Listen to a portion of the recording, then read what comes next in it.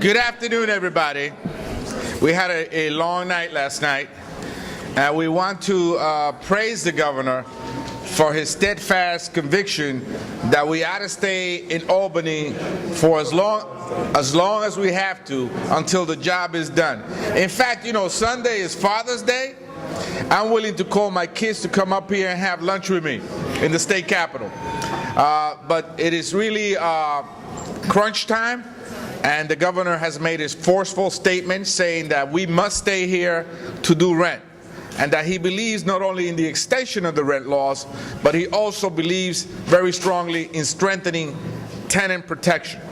You know, last night we voted against this extender. We did so conscientiously. It wasn't a off-the-cuff action. You know, it wasn't theater.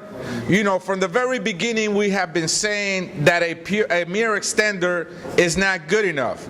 And we have been voicing the concern of tenants and tenants advocates across the state of New York. We wanted it on the budget. We've been fighting for several months to bring it to vote in the Senate floor.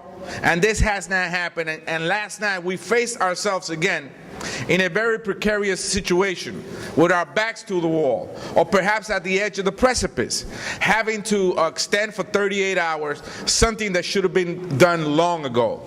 You know, so we're here standing with the tenant advocates and Senate colleagues that have a strong belief that just extending it is not enough. You know, we could lose another 100,000 units of housing if we extend it. Over 61% of New Yorkers feel that the law should be extended, and 65% feel that it should be strengthened. Those numbers are very close to the popularity ratings of our governor. That means that we're doing the right thing. We're on the right page. We're working with tenants.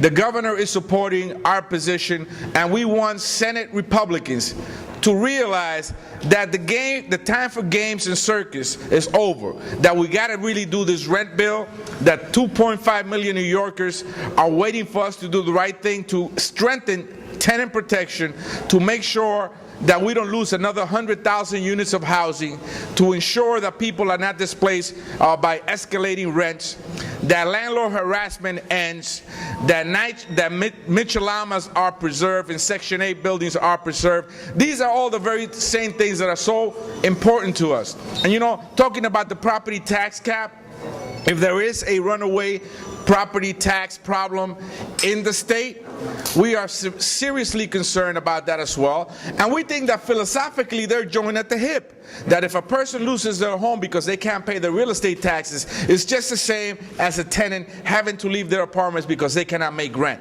New Yorkers are voting with their feet.